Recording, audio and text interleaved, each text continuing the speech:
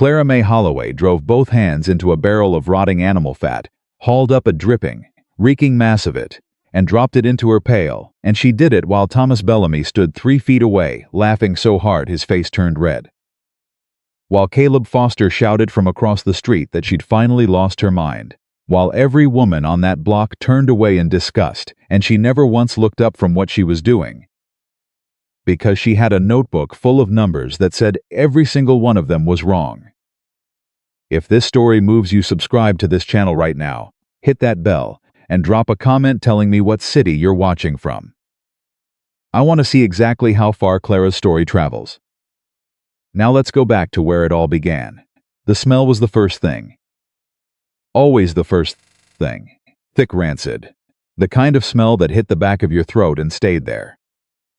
Animal fat left in open barrels in the August heat behind Bellamy's butcher shop, sitting in the sun, drawing flies, turning in on itself until even the dogs that wandered through the alley gave it a wide pass. Clara Mae Holloway walked straight toward it. She was 32 years old, built heavy and solid from a lifetime of physical work, with hands so roughened from washing other people's laundry that she barely felt the coarse wood of the barrel rim anymore. She had been up since 4 in the morning.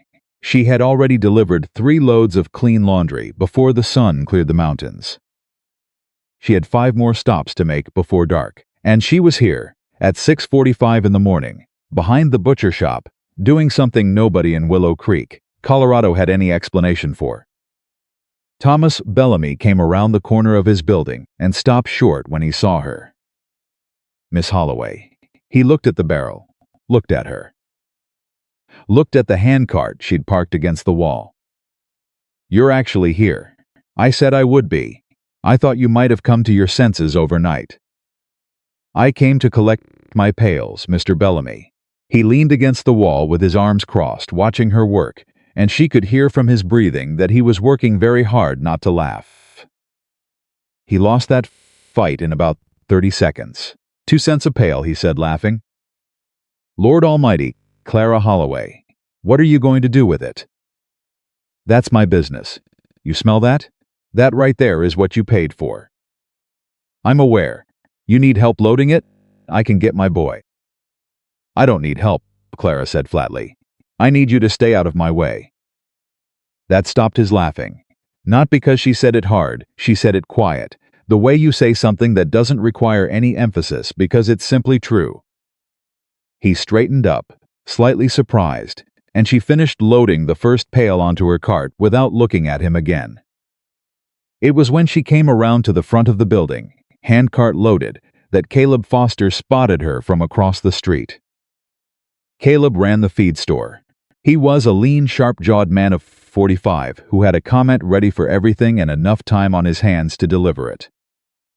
He was standing outside the barber shop with 2 other men, Henry Moss from the grain mill and a traveling salesman whose name Clara had never bothered to learn, and the 3 of watched her come around the corner with the loaded cart and the rancid smell preceding her by a good 10 yards. Well, I'll be, Caleb said, loud enough to carry across the whole street. Clara Holloway hauling garbage at sunrise. You see that, Henry? I see it, Henry said. Woman your size ought to be hauling something worth hauling, Caleb called out. The salesman laughed. Clara kept walking. Where you taking it, Clara? You opening a garbage business? That'd be about right. She pushed the cart forward. The wheels needed grease, she'd been putting it off, and they made a grinding sound with every rotation that drew even more attention than she already had. A woman coming out of the dry goods store stopped and stared.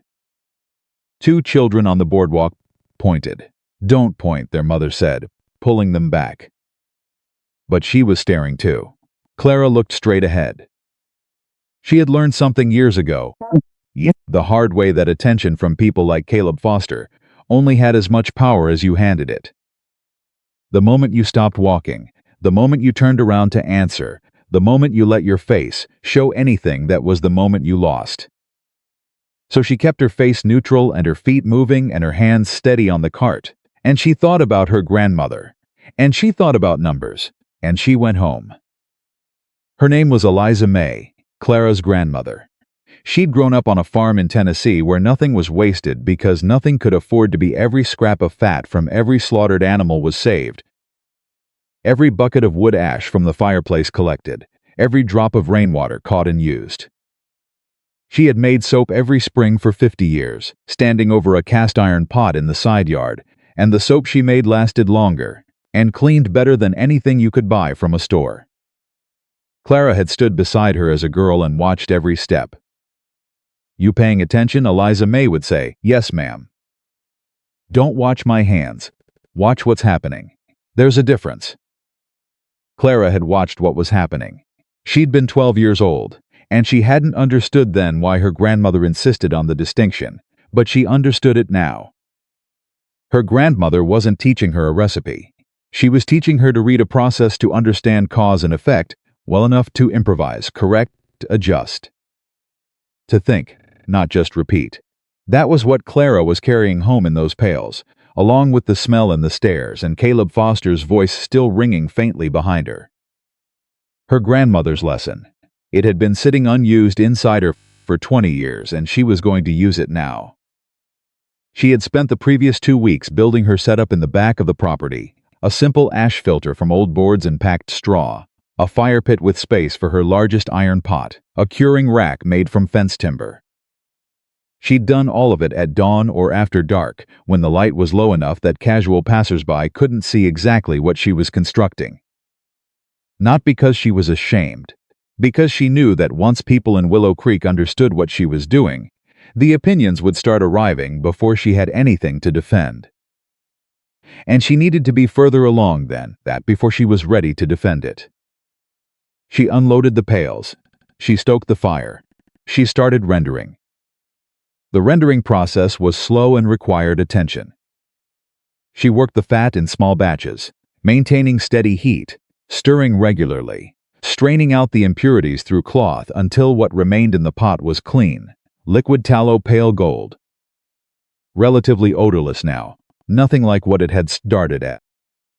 She collected wood ash from her fireplace, ran rainwater through it slowly, tested the lye concentration the way her grandmother had shown her a raw potato dropped in, watching for the float, checking the surface reaction.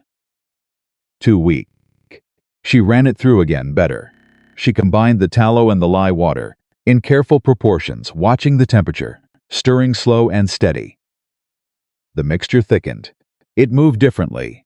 The chemistry was working. She poured it into the wooden molds she'd made from fence boards lined with cloth, smoothed the surface flat, covered it all with burlap to hold the warmth, and walked away.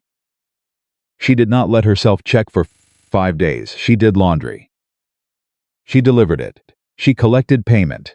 She bought flour and salt and a new candle at Caldwell's, said nothing to Everett Caldwell about anything, came home, and did not go to the back of the property. On the 5th morning she went and stopped. The soap had not set.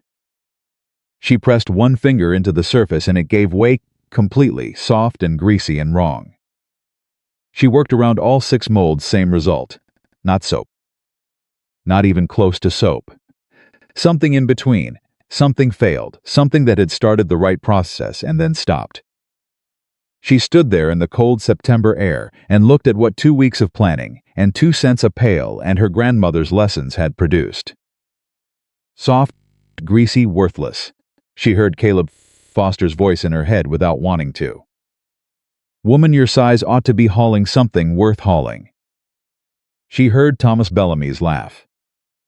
She heard, from somewhere deeper and older, the quiet voice of every person who had ever looked at her and seen limitation instead of capability, and she felt, for exactly 30 seconds, the full weight of all of them at once. 30 seconds. Then she crouched down, took out her notebook and pencil from her apron pocket, and wrote. Batch 1 soap did not cure, likely cause lye concentration insufficient. Secondary possibility, temperature too low during curing. Adjustments required, increase lye strength, insulate molds better, extend cure time. Begin batch 2. She stood up. She went inside and put water on for coffee. She sat at the kitchen table and worked through the problem, The same way she worked through a stubborn laundry stain methodically, without emotion, because emotion didn't get stains out, and it didn't fix soap chemistry either. She thought about her grandmother, not for comfort, for information. Watch what's happening. There's a difference. What had happened was the lye hadn't been strong enough to fully convert the fat. The saponification had started and stalled, which meant she needed stronger lye water, more ash, slower filtration, longer collection time. She started collecting ash again that same afternoon. By the time Friday came around and she went back to Bellamy's for her next pails, word had already gotten around about the failed batch. She knew this because of the particular quality of the silence that greeted her on the street, the kind of silence that means people have been talking and have just stopped. Two women outside the dry goods store. One of them, Alice Pratt, the Reverend's wife, had the careful, contained expression of someone choosing her words. "Clara," she said. "Mrs. Pratt, I heard your soap experiment didn't quite." She paused delicately. "First batch failed," Clara said. "I'm adjusting the formula." Alice Pratt blinked. She had clearly been prepared for something more: embarrassment, deflection, maybe an announcement that Clara was abandoning the whole idea. The flat admission caught her sideways. "Oh," she said. "Well, I hope it goes better." "It will," Clara said, and kept walking. Bellamy was almost disappointed when she showed up again. "Figured I might not see you this week," he said, moving aside to let her access the barrels. "Why wouldn't you? Heard the first batch didn't work out." "It didn't." She began loading. "That's why I'm making another one." He watched her for a moment. "You know, most people." "I'm not most people, Mr. Bellamy." He went quiet. There was something in her voice that particular morning, not anger, not bravado, nothing he could have pointed to and called out, but something underneath that made him decide not to finish the sentence. He went back inside. She loaded her cart and left. Caleb Foster wasn't outside the barber shop that morning, but his wife Ruth was at the window of the feed store as Clara passed. Clara saw her looking. Clara nodded. Ruth Foster looked away. The second batch failed too. This time it was better, the soap said on the outside, hardened to a reasonable firmness on the surface, but when she cut into it with her knife, the center was still soft, still greasy, the chemistry incomplete. Closer, not close enough. She sat with that for one evening. One evening of genuine doubt, the real kind, not the performed kind, not the kind you perform for an audience or for yourself to prove you're taking things seriously. The real kind that comes at 10 o'clock at night when you're tired and cold, and the numbers say you've now spent 7 weeks and more money than you could afford on something that still hasn't worked. She let herself feel it. All of it. She thought about the laundry she'd be doing tomorrow regardless. The 11 families. The same route she'd walked for 4 years. The same calculations that always came up short. She thought about what it would mean to stop. Nothing would change, she realized. If she stopped, nothing would change. Not the laundry, not the numbers, not the way Caleb Foster's voice carried across the street. Not the careful, contained sympathy in Alice Pratt's face. Nothing would change, whereas if she kept going.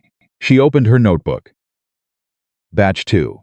Surface set, center soft. Lye concentration improved, but temperature during saponification still too variable. Solution: maintain heat source closer to mixing vessel during process. Build small windbreak around fire to prevent heat loss. Reduce batch size for more even curing. Batch 3. Smaller molds, better insulation, tighter temperature control. She closed the notebook and went to bed. She built the windbreak the next morning, before her first laundry delivery. She found smaller molds, old tin bread pans she'd had sitting unused in the kitchen, and lined them carefully. She adjusted her fire management so the heat stayed consistent throughout the mixing process. She added something else, too. A small handful of dried lavender from the bundle hanging over her kitchen window. Her grandmother had always added something: honey, oats, dried herbs, and for years Clara had thought of it as decoration, the kind of personal touch that didn't matter to the chemistry. She understood now that she'd been wrong. It wasn't decoration. It was intention. It was the maker saying, "I thought about the person who would use this. I made this for someone, not just for the process." That difference was in the soap. You couldn't measure it, and you couldn't leave it out. She mixed the third batch on a Tuesday morning, maintained the temperature with obsessive care for 3 full hours, poured into the small tin molds, insulated them with folded blankets, and put them in the warmest corner of her back room. She waited 6 days. She would not look until Saturday. She told herself this and meant it. She delivered laundry. She collected payment. She stopped by Caldwell's for salt and heard Everett Caldwell behind the counter telling someone that he'd heard Clara Holloway was still at it with her soap business, which he said with exactly the kind of amused tolerance you'd extend to a child insisting they could fly. She said good morning to Everett Caldwell. She paid for her salt. She went home. Saturday morning arrived, 5:54 a.m. Still dark, the first thin gray beginning at the eastern edge of the sky. Clara lit her lamp and walked to the back room. She pressed one finger against the corner of the nearest tin mold, and the surface held firm under her finger like something solid. Like something real. She pressed harder, still firm. She worked her fingers around the edge of the tin, turned it, tapped the bottom the way her grandmother had shown her, and the bar came out clean and whole and solid, pale gold in the lamplight. The dried lavender visible throughout like small purple stars. She held it with both hands. She brought it close and breathed. It smelled like her grandmother's kitchen, like work that meant something, like something her grandmother would have held and nodded at and said nothing about, because there was nothing to say. The thing either worked or it didn't, and this one worked. She worked up a lather at the basin. Rich, smooth, real lather. The kind that didn't dissolve the moment you rinsed it.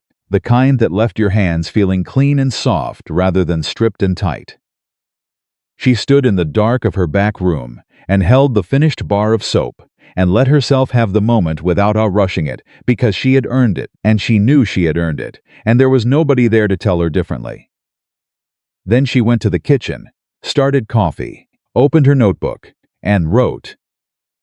Batch 3 success, complete, cure throughout, lather strong and smooth, gentle on skin, scent mild and clean, production cost per bar calculated below. Ready to test with a real user, identify first recipient carefully. She drank her coffee. She thought about who. She needed someone who would tell her the plain truth, not kindness, not cruelty, just accuracy. Someone whose opinion the rest of the town would listen to, because it would matter whether the first endorsement came from someone credible. She thought about it for 20 minutes. Then she wrapped 6 bars in clean cloth, tied them with brown string, put on her coat, and walked to Martha Whitmore's house. Martha Whitmore had raised 6 children in Willow Creek and outlasted a difficult husband, 2 brutal winters, and a lawsuit over property rights that she'd handled without a lawyer and won. She was 53 years old, had extraordinary standards in everything, and was constitutionally incapable of dishonesty even when honesty was inconvenient. Clara knocked at 9 in the morning. Martha answered in her apron, looked at Clara, looked at the wrapped bundle, and said nothing for a moment. "You made it work," Martha said. It was not a question. "I believe so," Clara said. "I'd like you to tell me if I'm wrong." Martha looked at her steadily. Then she stepped back from the door. "Come in." Clara came in. Martha went directly to the kitchen basin without ceremony, unwrapped 1 bar, and began washing her hands with the focus of a woman conducting an inspection. She worked up the lather. She rinsed, she examined her hands front and back. She turned the bar over twice, pressed it, smelled it. The kitchen was quiet. "Where'd you learn to make soap?" Martha asked. "My grandmother, farm soap," Martha said. Not a question. "Yes, ma'am." Martha set the bar on the edge of the pizza basin and looked at Clara with those direct, assessing eyes that had never once said something they didn't mean. It's better than what Everett Caldwell is selling, she said. Considerably better, and I suspect it costs less. Quite a bit less. How much a bar? Clara named the price. Martha reached into her apron pocket without a word, counted out the coins, and set them on the counter. I'll take all 6, she said. Clara looked at the coins. 6 bars. More money than she'd made from 3 full laundry loads last week. Thank you, Martha. Don't thank me, Martha said, already turning back to her kitchen. I'm not doing you a favor. I'm buying soap that works. There's a difference. Clara picked up the coins and put them in her pocket. She walked back through Willow Creek on a Saturday morning in late September, and the town looked exactly the same as it always had. Same dust on the main street, same men outside the barber shop, same smell of bread from the bakery, same weathered storefronts, same sky. Everything the same. Except inside her apron pocket was the weight of 6 coins that hadn't been there an hour ago, and inside her chest was something she hadn't felt in a very long time. Not hope. Something harder than hope.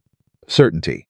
She went home, opened her notebook, and at the bottom of the page, in her careful straight handwriting, she wrote 3 words. This is working. She closed the notebook. She started a new batch. Martha Whitmore did not keep secrets well, not because she was a gossip, but because when she believed in something, she said so, plainly and without apology, and she didn't much care who was listening. By Monday morning, 4 women had stopped by Clara's house. Not to buy yet, to look.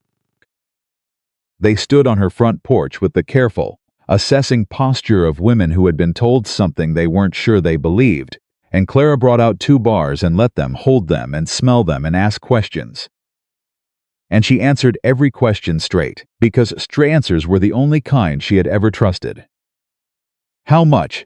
Asked Vera Dunning, who did laundry for the hotel and had the roughest hands Clara had ever seen on a woman her age. Clara told her. Vera looked at the bar in her hand. Looked at Clara. That's less than half what Caldwell charges.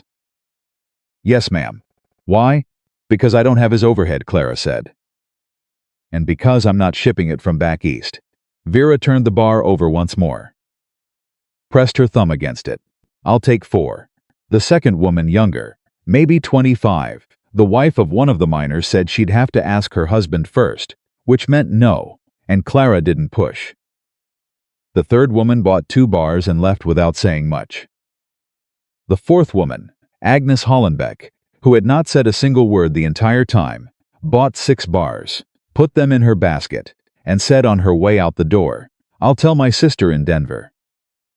Clara stood on her porch after they left and looked at the coins in her palm. 22 bars sold in 4 days. She went inside and opened her notebook and did the arithmetic. Then she did it again, because she didn't trust it the first time. The numbers were real, the margin was real, and she was already nearly out of product. She went to Bellamy's the next morning, without waiting for Tuesday. Thomas Bellamy was behind his counter, breaking down a slice of beef when the door opened, and Clara walked in, and he looked up with that familiar mix of amusement and mild bewilderment that had become his standard expression when dealing with her. It's Monday, he said. I need more pails. He set down his cleaver. You're out already? I need to increase my volume. I'd like to come daily instead of twice a week, and I'd like to negotiate a different rate for larger quantities. He stared at her daily. Starting tomorrow, Miss Holloway. He wiped his hands on his apron. What in the world is happening over at your place? I'm making soap, Clara said, and people are buying it. He looked at her for a long moment, with an expression she couldn't quite read. Not mockery, not exactly. Something more complicated. Something that might have been the early stages of recalibration, a man realizing that the thing he'd found funny 2 weeks ago had turned into something else while he wasn't paying attention. Daily, he said again, slower this time. And what rate were you thinking? 1.5 cents per pail for daily collection. I'm saving you the removal cost every single day instead of twice a week. That's worth something to you. He chewed on that. 1.5, he said. 1.5, Clara confirmed. He picked up his cleaver again, turned back to his work, and said without looking at her, "Fine. Come tomorrow at 6. She was at his back door at 5:58. The expansion changed everything about her days and nothing about her discipline. She still did laundry for her 11 families. She was not about to give up reliable income for something that hadn't yet proven itself reliable, which meant her hours stretched from 4 in the morning to 9 or 10 at night. A pace that would have broken most people, and that Clara accepted without complaint because she had been working at that pace for years anyway. What changed was the shape of the work. She was no longer experimenting. She knew the formula now, knew it the way she knew her own handwriting, and she could reproduce it consistently, batch after batch, with a precision her grandmother would have recognized as craftsmanship. She started adding variations. Plain soap for laundry, strong, economical, built for heavy use. Lavender for personal washing, gentler, mild-scented, the kind women would choose for themselves when they had the option. A third variety with oatmeal worked into the mixture for women with dry or sensitive skin, which she'd read about in an old almanac and tested carefully before offering it. 3 varieties, different prices, different uses. She recorded everything, and then Caleb Foster walked through her front gate on a Wednesday afternoon, and Clara nearly dropped the pail she was carrying. He came alone, which surprised her. Caleb Foster did almost nothing alone. His commentary required an audience the way a fire required oxygen, and without one he seemed somehow smaller, still sharp-jawed, still carrying himself like a man whose opinions had always been welcomed, but quieter. And something in the set of his shoulders said this visit had cost him something. Clara set down the pail and waited. "Miss Holloway," he said. "Mr. Foster." He stopped a few feet from her and looked at the ground for a moment, then back up. "Ruth sent me, his wife." Clara waited. "She's been using your soap," Caleb said. "The lavender kind. She bought it from Martha Whitmore last week. Didn't tell me." He stopped. "Her hands. She's had trouble with her hands for years, the skin cracking, especially in winter." She said. He stopped again, started over. "She said it's the first soap she's used that doesn't make it worse." Clara said nothing. Caleb reached into his coat pocket and produced a small folded paper. He held it out. "She wrote down what she wants. 4 lavender, 2 of the plain. And she wanted to know if you'd be willing to deliver regular, once a week." Clara took the paper. She opened it. Ruth Foster's handwriting was neat and careful, a woman who took her time with things. "Tell your wife the delivery's no trouble," Clara said. "Price?" Clara told him. He reached into his pocket and paid it without negotiating, which Clara suspected was the most uncomfortable thing Caleb Foster had done in several years. He was halfway back through the gate when Clara said, "Mr. Foster," he turned. "Tell Ruth I'll add a small oatmeal bar at no charge. She might find it useful for the winter." He looked at her with an expression she had never seen on his face before. Not apology, she didn't expect that, didn't need it. Something simpler, acknowledgement. The plain, undecorated recognition that he had been wrong about something. He nodded once and left. Clara watched the gate close behind. Then she went back to work. By the 3rd week of October she had a list. Not a mental list, a written list in her notebook of customers who had placed standing weekly orders, women who wanted the same bars delivered every Monday or Thursday, without having to come to her door and ask. The list had 11 names on it by the end of that week. 11 names, the same number as her laundry families. She sat with that for a moment. Then she wrote, "Hire help. Production cannot scale without additional hands."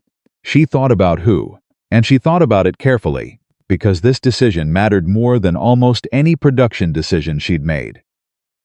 She needed someone reliable and strong and willing to learn, and most importantly, someone who understood that what they'd be entering was not charity. It was work, real work, paid fairly. She thought about June Alcott.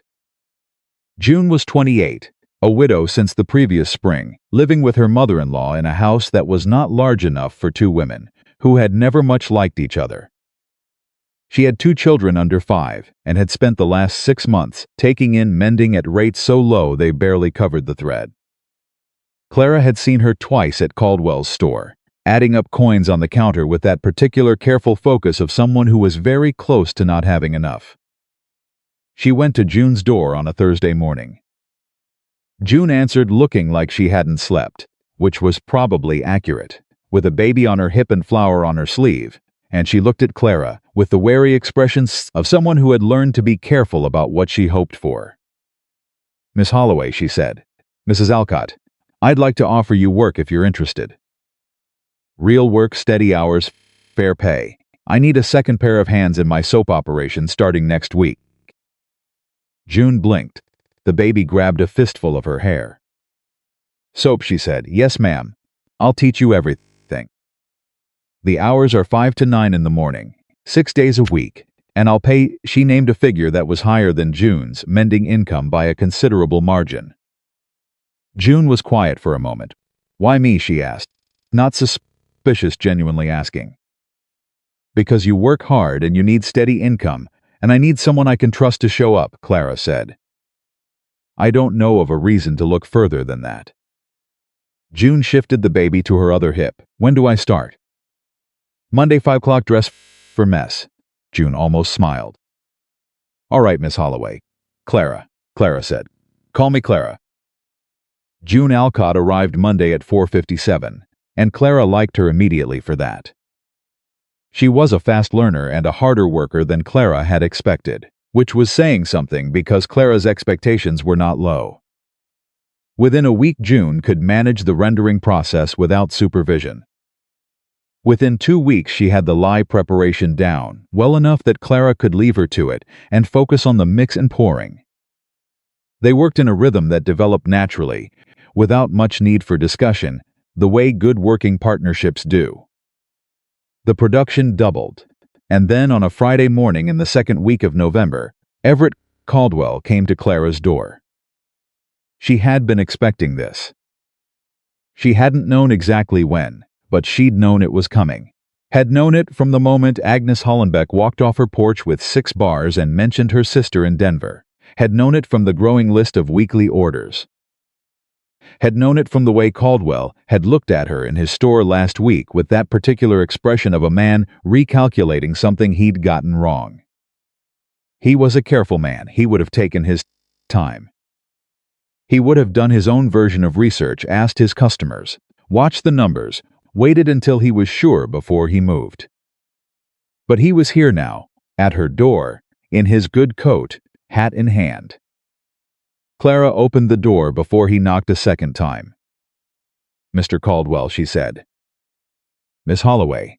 He looked past her briefly, taking in what he could see of the operation behind her, the curing racks visible through the back room door, the organized rows of finished bars, the smell of lavender and clean tallow. "I wonder if I might have a few minutes of your time." "Come in." She did not offer coffee. This was not a social call, and both of them knew it.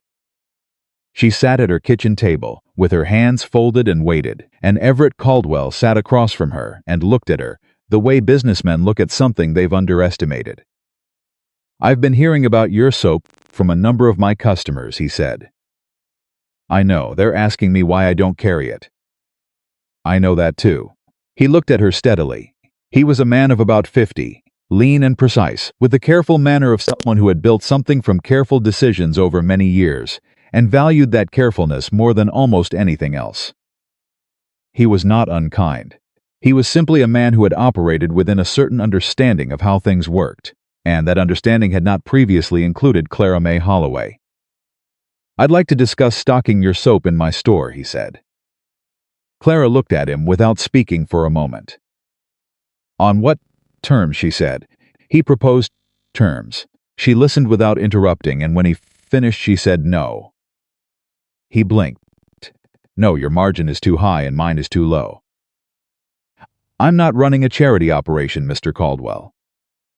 If I'm producing the goods and you're selling them, we split the margin more evenly than what you just proposed." "Miss Holloway, that's how it works with me," Clara said. "Or it doesn't work at all.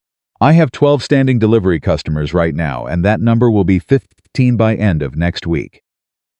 I don't need your shelves, but I think you might be needing my product. He looked at her. The kitchen was very quiet. You've done this before, he said finally. Negotiated? I've kept my own accounts for 11 years, Mr. Caldwell. I know what things cost and what they're worth. Those aren't always the same number. He looked down at his hat, then back up. Your terms, he said. What exactly? She told him. He counter-proposed. She adjusted 2 points and held firm on the third, which was the one that mattered. He was quiet for long enough that she thought he might walk out, and she kept her face neutral and her hands still, and waited, because she had learned that waiting was sometimes the most powerful thing a person could do in a room. All right, he said, your third point stands good. Clara stood and extended her hand. He shook it firmly, without hesitation, the handshake of a man who knew when he'd met his match, and had the sense to respect it rather than resent it. I'll need 12 bars of each variety by next Monday to start, he said. Can you manage that? I'll have 15 of each ready by Saturday, Clara said. So you have time to arrange the display. He left with his hat back on his head and something new in his expression that Clara recognized, though she'd seen it rarely enough in her life that it still cost her a moment to name it. He respected her. Not liked, not pitied, not tolerated. Respected. She closed the door and stood in her kitchen for exactly 30 seconds, letting that land. Then she went to the back room and told June they needed to increase production again, and June said, How much? And Clara said, 15 of each by Saturday, and June said, Lord have mercy, and then went back to work without another word, which was one of the many things Clara had come to appreciate about June Alcott. The bars were on Caldwell's shelves by Saturday afternoon. Clara walked past the window that evening on her way home from a delivery and stopped for a moment, looking in through the glass. She could see 3 of her bars arranged on the near shelf, the brown string ties visible, the small handwritten card she'd made, identifying each variety. A woman was in the store. Clara watched her stop in front of the shelf. Pick up the lavender bar, smell it, read the card. Look at the price, put it in her basket. Clara walked home. She did not run. She did not allow herself anything dramatic. She walked home at her normal pace, put her coat on the hook, started water for coffee, and sat down at her kitchen table with her notebook. She looked at the numbers. Then she looked at them again. Then she wrote, at the bottom of the page, below the production figures and the cost calculations and the margin analysis, Caldwell's General Store, first shipment delivered. 45 bars, Saturday. And then, because it was true and because she had earned the right to write it, it's not enough. Keep going. She kept going. The weeks that followed had the quality of something gathering momentum, slow at first, visible only if you were paying attention, and then suddenly undeniable. Caldwell sold out of her first shipment in 4 days. He sent his store boy to her door on Wednesday morning with an order for twice the quantity. Twice, Clara read the order slip, looked at June across the work table. June looked back at her. We're going to need another woman, June said. I know, Clara said. I have a neighbor. Her name's Frances. She's strong and she needs work and she doesn't complain. Can she start Friday? I'll ask her today. Frances started Friday. She was quiet and methodical and had the best sense of temperature control. Of the 3 of them, she could hold her hand over the mixing pot and tell within a few degrees how hot the mixture was, which saved them guesswork and improved consistency. By the end of November, Clara had 3 women working alongside her every morning, a standing weekly order from Caldwell's that had tripled since the first shipment, and a waiting list of individual customers. A waiting list. She had written those words and then stared at them because they seemed like words that belonged to a different person's life. And that was when Henry Moss came to see her. Henry ran the grain mill and was a quiet man, not given to Caleb Foster's easy commentary, someone Clara had always respected without particularly liking, because respect and liking were not the same thing and she'd never confused them. He came on a Tuesday evening, knocked on her front door, and when she answered, he was holding a piece of paper. "I had a letter," he said, "from my brother-in-law in Pueblo. He runs a dry goods store. He heard about your soap from a traveling merchant who came through last week." He held out the paper. "He wants to know if you can supply him." Clara took the paper. She read it twice. Pueblo was 40 miles away. "He says he can move 30 bars a week minimum," Henry said. "Maybe more once it gets established." Clara looked up from the paper. "How'd a merchant in Pueblo hear about soap made in Willow Creek?" she asked. "Agnes Hollenbeck's sister," Henry said. "Apparently she told someone, who told someone else, who told the merchant on his way through. Agnes Hollenbeck's sister in Denver." Clara thought about Agnes standing on her porch 6 weeks ago, putting 6 bars in her basket, mentioning her sister as she walked out the gate. She had noted it at the time, and then moved on to the next thing, because there was always a next thing. But that offhand comment, that casual, neighborly mention of a sister in another city, had just arrived back at her door in the form of a letter from Pueblo. She looked at Henry Moss. "Tell your brother-in-law yes," she said. "I'll write him terms by end of week." Henry nodded. "I thought you would," he said, and there was something in his voice, simple, unadorned acknowledgement that landed differently than the effusive compliments of people who'd been skeptical and were now overcorrecting. Henry Moss wasn't overcorrecting. He was just a man stating plainly what he observed. "You built something real," he said. "I reckon people are starting to notice." She closed the door. She stood in her front hall and looked at the letter from Pueblo. 40 miles away. She thought about those barrels behind Bellamy's shop. She thought about Caleb Foster's voice carrying across the street on a Tuesday morning while she kept walking. She thought about her notebook and her grandmother and 3 failed batches, and Martha Whitmore saying, "I'll take all 6," with the matter-of-fact tone of a woman who was simply doing business. She thought about the weight of the coins in her apron pocket that first Saturday morning. Then she put the Pueblo letter in her notebook, between 2 pages so it wouldn't crease, and went to start the next day's production figures. There was still a great deal of work to do, and Clara Mae Holloway had never once in her life been afraid of work. The letter from Pueblo was only the beginning. Clara had not fully understood that, yet when she wrote back to Henry Moss's brother-in-law with her terms clean, straightforward terms, the same structure she'd negotiated with Caldwell, adjusted for distance and volume. She sealed the envelope, gave it to the post, and went back to her production table. She thought it was one store in one town 40 miles away. She did not yet understand that Agnes Hollenbeck's sister had a wide social circle, that traveling merchants talked to each other the way rivers connected to rivers. That a good product in the West in 1876 moved faster than almost any other kind of news, because people out here were hungry for things that actually worked.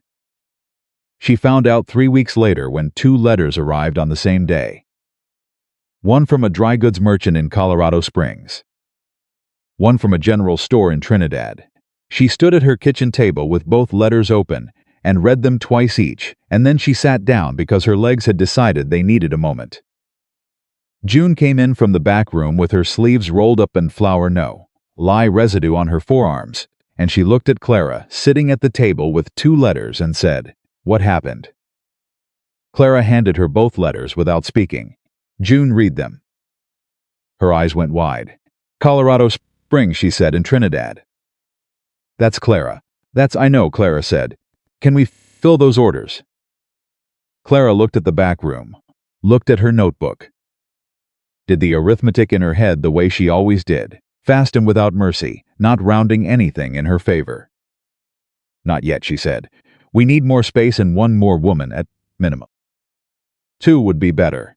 My cousin Delia just came into town," June said immediately. "She's been looking for work since she got here.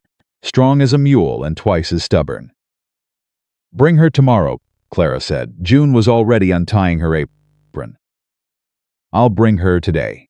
Delia arrived that same afternoon, a tall woman of 35 with the kind of quiet competence that showed itself immediately in the way she looked around the workspace, asked 2 precise questions. and then simply started doing the thing that obviously needed doing without being told. Clara hired her on the spot. She wrote back to Colorado Springs and Trinidad the same evening. Yes. Terms enclosed. First shipment within 3 weeks. Then she went to see about the space problem. The space problem was significant. Her backyard operation had reached its physical limit. She was producing at maximum capacity for the setup she had, and maximum capacity was no longer enough. She needed a proper workspace, a building with a real fire pit and ventilation, room for multiple mixing stations, storage for curing inventory, and space to grow. She had one option that made sense financially. The old tannery building on the south edge of town had been empty for 2 years, since Horace Webb closed up and moved to Denver. It was a solid structure. Webb had built it to last, and it had exactly the kind of industrial fire pit and ventilation she needed, because tanning and soap making had similar requirements in terms of heat management and airflow. The problem was that it belonged to Gerald Finch. Gerald Finch owned more of Willow Creek than most people realized. The tannery building, 3 vacant lots, the warehouse behind the feed store, and 2 residential properties he rented out at the upper edge of what the market would bear. He was 60 years old, thin and precise, and he had a reputation for 2 things: shrewdness in real estate matters, and a deep, abiding belief that women in business were either a temporary curiosity or a reliable source of entertainment. Clara had known this going in. She went to see him on a Thursday morning at his office above the hardware store. His clerk, a young man named Peters, looked up when she walked in and blinked in the particular way young men blink, when they are trying to figure out what category to put something in. "I'm here to see Mr. Finch," Clara said. "Do you have an appointment?" "No. Tell him Clara Holloway would like 5 minutes of his time to discuss a business lease." Peters disappeared. He was gone long enough that Clara had time to look around the office, note the property ledgers on the shelves, and recognize 2 of the addresses as ones she walked past every week. He came back and said, with audible surprise, "He'll see you." Gerald Finch was behind a large desk covered in papers, and he looked at Clara the way a man looks at something unexpected that has wandered into his office, not hostile, not welcoming, purely assessing. "Miss Holloway," he said. "Sit down." She sat. "You make soap," he said. "I do. The soap Everett Caldwell is selling. Among other retailers, yes." His eyebrows moved slightly. "Other retailers. Colorado Springs and Trinidad have placed orders. I'm in discussion with 2 additional merchants." This was true in the sense that she intended to initiate those discussions, which she considered close enough to accurate for the purposes of this conversation. "I need the Webb Tannery building. I'd like to discuss lease terms." Finch leaned back in his chair and looked at her over his desk with the half-smile of a man who found the situation amusing and was not trying to hide it. "That building," he said, "is a significant property." "I know. I've looked at it carefully. It would require a substantial monthly payment." "Name a figure." He named one. It was too high. Clara had known he'd open high. This was how Finch operated with everyone, testing to see what they'd accept before settling into negotiation. "That's not a lease figure," Clara said. "That's a purchase installment." "I'll offer you this." She named her figure. He shook his head slowly, still with that smile. "Miss Holloway, I don't think you understand the market for commercial properties." "I understand you've had that building empty for 2 years," Clara said. "I understand you're paying taxes on it with no income coming in. I understand that a steady monthly lease from a growing business is worth considerably more to you right now than an empty building you can't find another tenant for. I'm not asking you to do me a favor. I'm offering you a solution to a problem you have." The smile changed. Not gone, but different. He looked at her more carefully than he had been. They negotiated for 20 minutes. Clara got the building at a number between her opening offer and his closer to hers than his, which she considered a success. The lease was for 1 year with an option to renew. She signed the paper with Finch's pen, shook his hand, and walked out of his office feeling the particular satisfaction of a woman who has just won a fight she was not supposed to win. Peters stared at her on the way out. She gave him a pleasant nod and went down the stairs. The move to the tannery building took a week. It was the hardest week of physical work Clara had done since she'd started the whole enterprise, moving equipment, rebuilding the production setup in a larger space, reconfiguring the curing racks, teaching June and Delia and Francis the new workflow in the new space, while simultaneously filling existing orders and not letting a single delivery fall late. Nothing fell late. By the end of the week, the production capacity had doubled again, and Clara could see clearly, in the numbers, not as wishful thinking but as arithmetic, that the space they now had would support the growth she was projecting for the next 6 months without requiring another move. She stood in the middle of the tannery building on a Friday evening after June, and Delia and Francis had gone home, looked at the curing racks with their rows of finished bars, and breathed. Just breathed. Then she went home and slept for 9 hours straight, which was the most sleep she'd had in 3 months. She woke to Caleb Foster standing on her front porch. She had not been expecting him. It was early, barely past 6, and Caleb Foster was not an early riser. He was standing with his hat in his hands and an expression on his face that she recognized from his last visit, the expression of a man delivering something from someone else because the someone else had decided it was his job to deliver it. "Ruth again?" Clara asked through the door. "No," he said. "This one's mine." She opened the door fully and waited. Caleb looked at his hat for a moment, then up at her.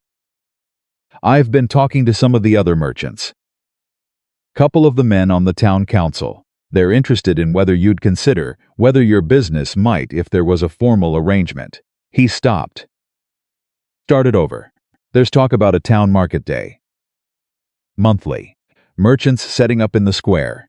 Some of the council think having your soap operation represented would draw people in from the surrounding ranches." Clara looked at him. "They want me at their market day," she said. "Yes, ma'am. The same market day that Everett Caldwell and Thomas Bellamy and the rest of them run." "Yes, ma'am. The same town square where you called out from across the street that a woman my size should be hauling something worth hauling." Caleb's jaw tightened. He looked at his hat again. "Yes, ma'am," he said quieter. Clara let that sit for a moment. Not out of cruelty, out of the simple human need to let truth occupy the space it had earned.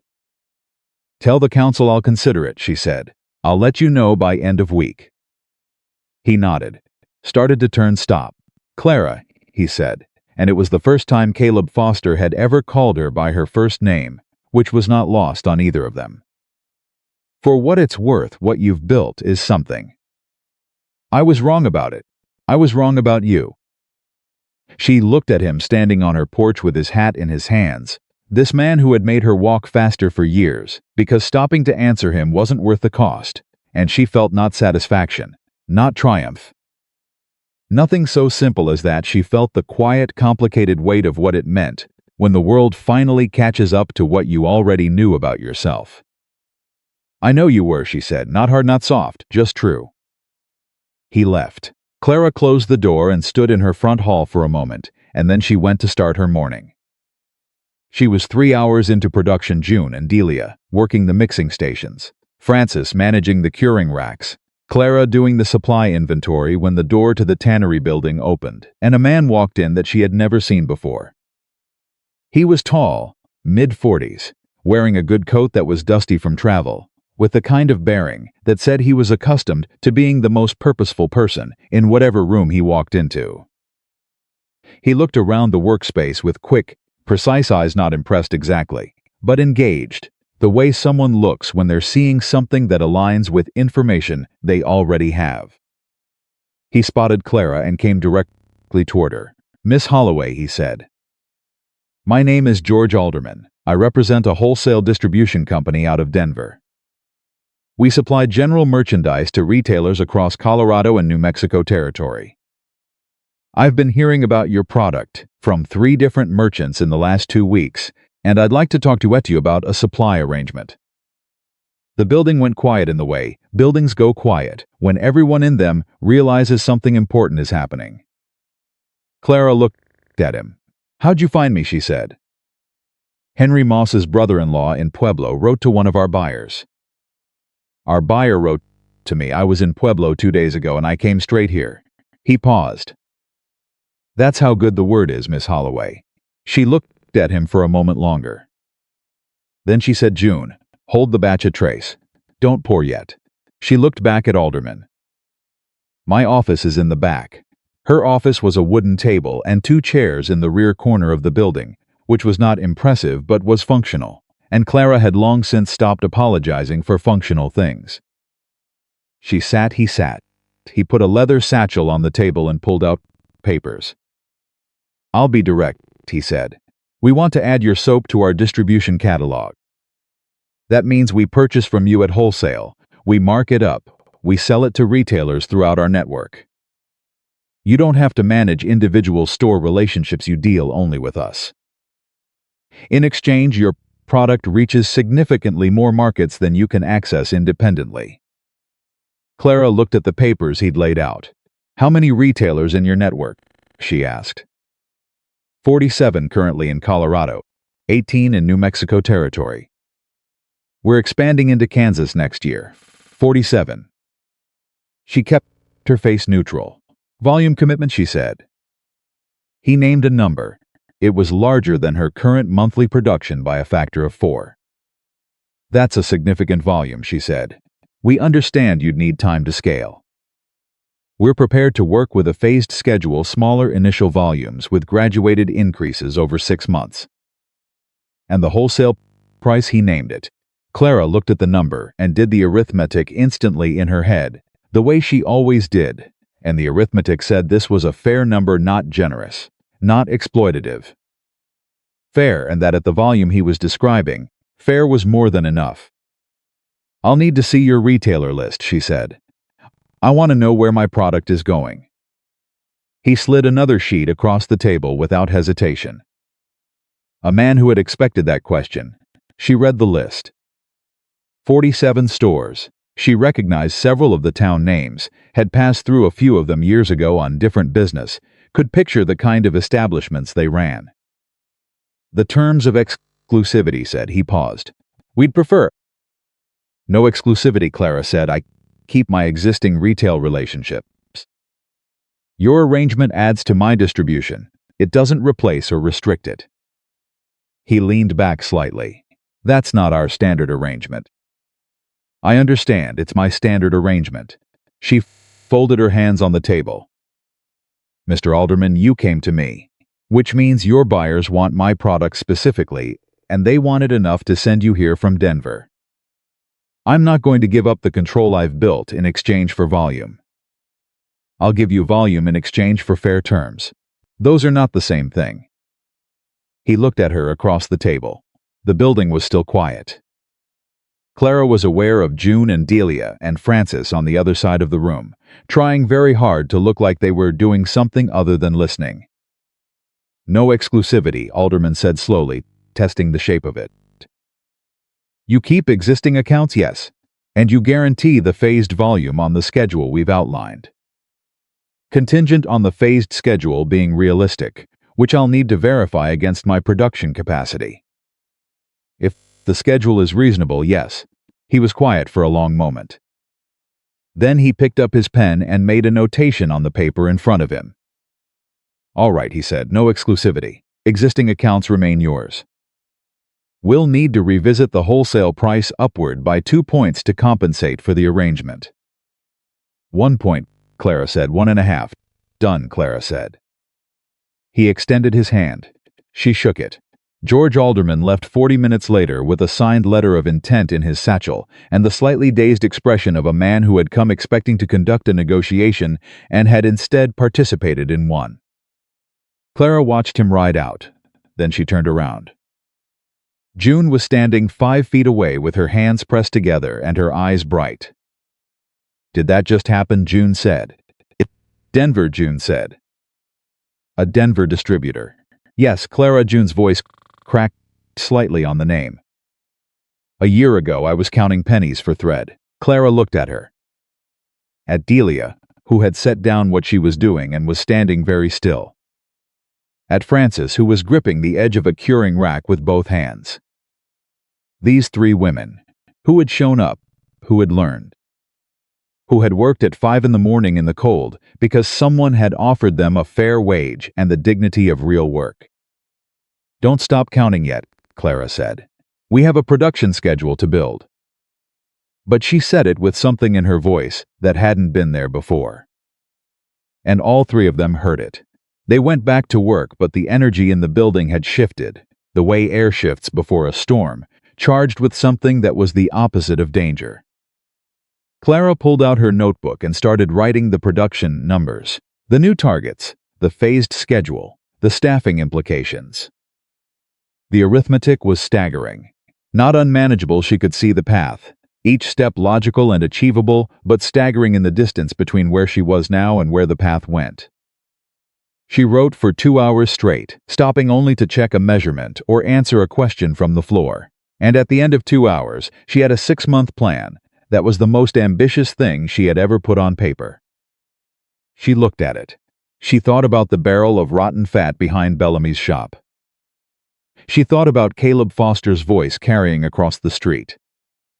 She thought about sitting at her kitchen table at 10 o'clock at night with her pencil in her hand, not writing "this won't work," not writing "maybe they're right," writing instead "first mistake discovered." She thought about her grandmother's hands. Then she closed the notebook, stood up, and told June to pull the next batch. They had work to do, and it was 3 days later, on a Tuesday morning, when the thing happened that nearly destroyed everything.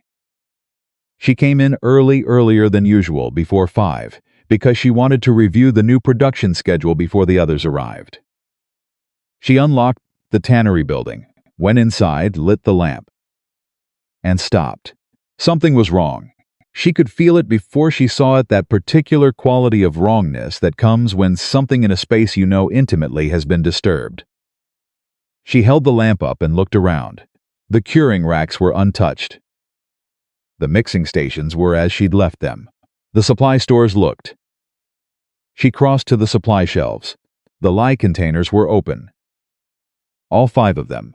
Open, and not just open tampered with. She could see immediately from the surface that something had been added to the containers. The consistency was wrong, the color was slightly off. She brought the lamp close and looked carefully, and her stomach dropped. Water. Someone had added water to her lye supply. Enough water to significantly dilute the concentration. Enough to ruin any batch made from it, without the maker knowing, until it failed to cure, which meant days of production, dozens of bars, a significant order already promised, all of it soft and greasy and worthless. The way her first batch had been worthless. Except this wasn't an accident. She straightened up. She looked around the building carefully, the door, the windows, the latch on the back entrance, and she saw it then, the back latch, the scratch marks around the plate where someone had worked a tool into the gap and forced it. Someone had broken in. Someone had broken in and deliberately sabotaged her lye supply and left everything else untouched so that the damage would not be obvious, so that she would use the compromised materials without knowing. Run through days of production and a significant portion of her Denver order, and only discover the problem when the bars failed to cure. Whoever did this knew enough about soap making to know exactly where to strike. Clara stood in the middle of her building with the lamp in her hand and felt not panic, not grief, nothing so soft as either of those. She felt a cold, focused fury that was completely different from the doubt and exhaustion she'd felt after her first batches failed. Because this was not failure. This was an attack. And attacks told you something that accidents didn't. Attacks told you that someone was afraid of what you were building. She set the lamp down on the table. She took out her notebook. She wrote down exactly what she observed: the open containers, the water addition, the forced back latch, the time she arrived, everything in her careful, straight handwriting. Because documentation was the first thing you did when something was done to you that you intended to answer for. Then she went to get the sheriff. Sheriff Dale Pruffitt was a man who believed in evidence the way a carpenter believed in level surfaces, not because it was poetic, but because everything else was guesswork, and guesswork got people hurt. He was at Clara's tannery building within 20 minutes of her knock on his door, moving through the space with the quiet, methodical attention of someone who had learned long ago that the first 5 minutes at a scene told you more than the next 5 hours of asking questions. He looked at the containers, looked at the back latch, crouched down and examined the scratch marks without touching them. Stood up. "You didn't notice anything last night when you locked up," he said. "Everything was normal when I left at 7, Clara said. "I was the last one out. And you came in this morning at what time?" 4:40. He looked at the scratch marks again. "Somebody knew what they were doing," he said. "This wasn't random. They didn't take anything, didn't break anything they didn't have to. They came in, did one specific thing and left." "Yes," Clara said. "That's exactly right." Pruitt looked at her. He was a careful man, not given to assumptions, which was part of why Clara had gone to him first. "You have any idea who might want your operation disrupted?" "I have thoughts," Clara said, "not proof. Tell me your thoughts." "Peter Garnett," she said. Pruitt's expression didn't change, but something behind his eyes shifted. Peter Garnett ran the only other soap and cleaning goods operation in the county, a supply business out of a warehouse on the north side of town that had held a near monopoly on commercial cleaning products in the region for the better part of a decade. He sourced everything from Eastern manufacturers and sold at prices that had always seemed steep to Clara, though she'd had no alternative until now. He had a great deal to lose from her Denver distributor arrangement. "That's a serious accusation," Pruitt said. "I said it was a thought," Clara said. "Not an accusation. I want to be clear on that. I'm not asking you to arrest anyone. I'm asking you to document what happened here and investigate it properly." He looked at her for a moment. Then he took out his own notebook. "All right," he said. "Show me everything from the beginning." She showed him. He wrote it all down: the container states, the water addition, the latch damage, the timeline. He was thorough, and he was quiet about it, which she appreciated.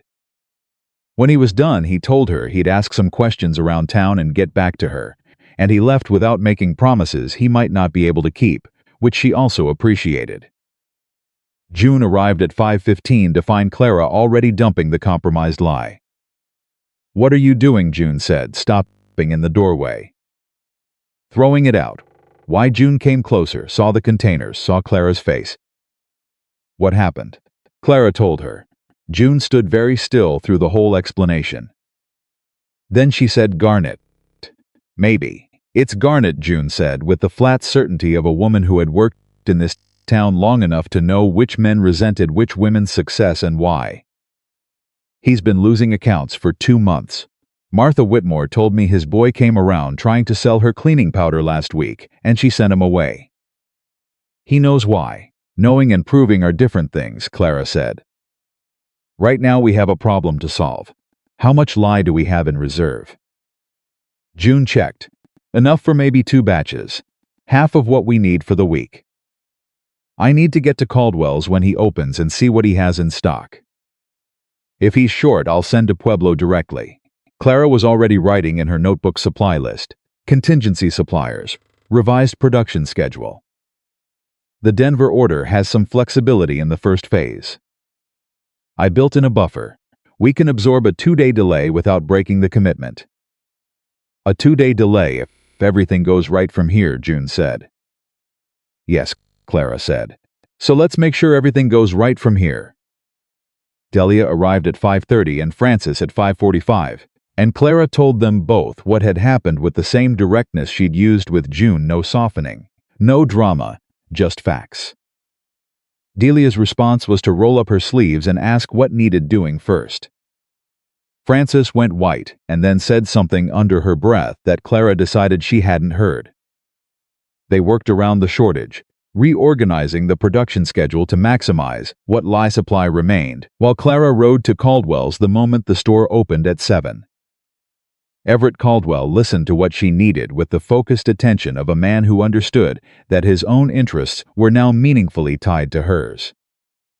He had 3 containers of lye in stock. He sold her all 3 at cost, which was not something Everett Caldwell did for anyone. And when she thanked him, he said, "Don't thank me.